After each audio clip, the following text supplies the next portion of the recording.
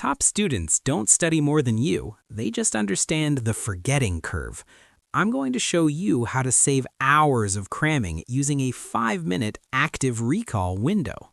You know that feeling, right? You finish a great book or sit through a super important meeting, and you're like, I've got this. And then the next day, poof, it's all fuzzy. It's just gone. It is so frustrating.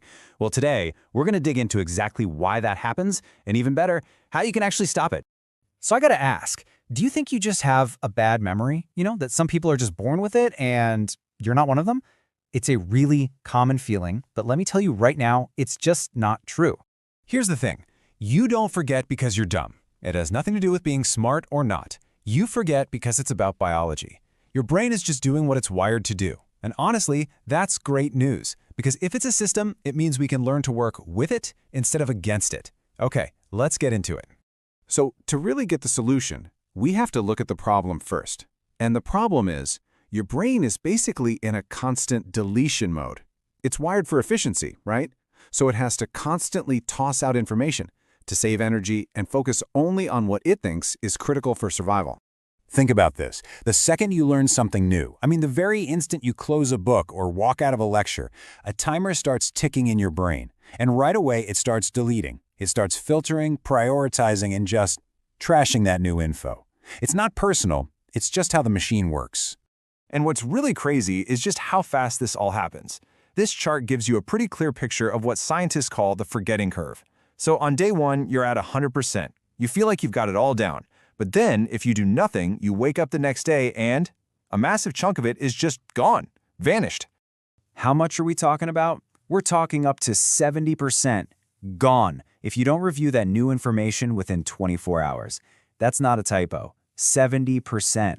That's almost everything you learned just evaporated in a single day.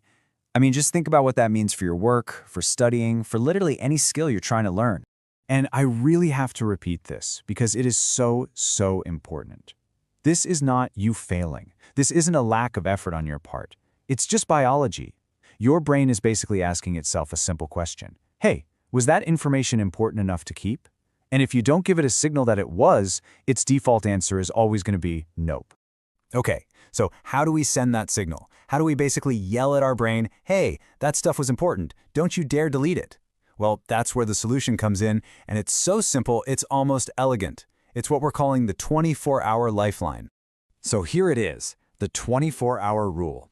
It's basically your secret weapon to interrupt that deletion timer. All you have to do is revisit the information within that critical 24-hour window.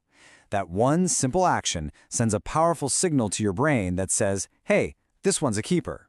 It's the very first step to moving that knowledge from flimsy short-term memory into solid long-term memory. Really, it all boils down to this super simple mantra. Learn today, review tomorrow, lock it in. That's it. That one little act starts the process of making that memory permanent. But, and this is a big but, how you do that review is every bit as important as when you do it. Yeah, because this is not about passively rereading the entire chapter or sitting through the whole video again. That's slow and it's super inefficient. Look, the people who are best at this, they don't reread everything. They review fast and they review smart. Let me show you how. It's a really simple 3-step process. First, just set aside 5 to 15 minutes. That's it, seriously. Second, and this is probably the most important part, put your notes away. Close the book. No peeking. And third, you have to actively recall the main ideas from memory. That means you try to say them out loud, scribble them on a blank piece of paper, whatever it takes. There's a name for this. It's called active recall. And honestly, the best way to think about it is like lifting weights at the gym. Passively rereading your notes, that's like watching someone else work out. It does basically nothing for you. But actively trying to pull that information out of your own head, now that's the actual workout. That's what builds the muscle, the neural connections, and makes that memory stick. And really, this whole idea points to a much bigger philosophy. This isn't about brute force. It's not about finding more willpower or staying up all night cramming. It's about building a simple, reliable system. A system that works with your brain's biology instead of fighting against it. Just look at the difference here. On one side, you've got cramming. We all know what that feels like. Hours of stress, passive rereading, and in the end, you barely remember any of it long term. And on the other side, You have this smart review system. 15 minutes of focused work, high retention, and way less stress. I mean, it's not even a contest, right? And that really is the bottom line. Discipline beats cramming every single time. That small, consistent act of a 15-minute review is just going to demolish the brute force panic of cramming.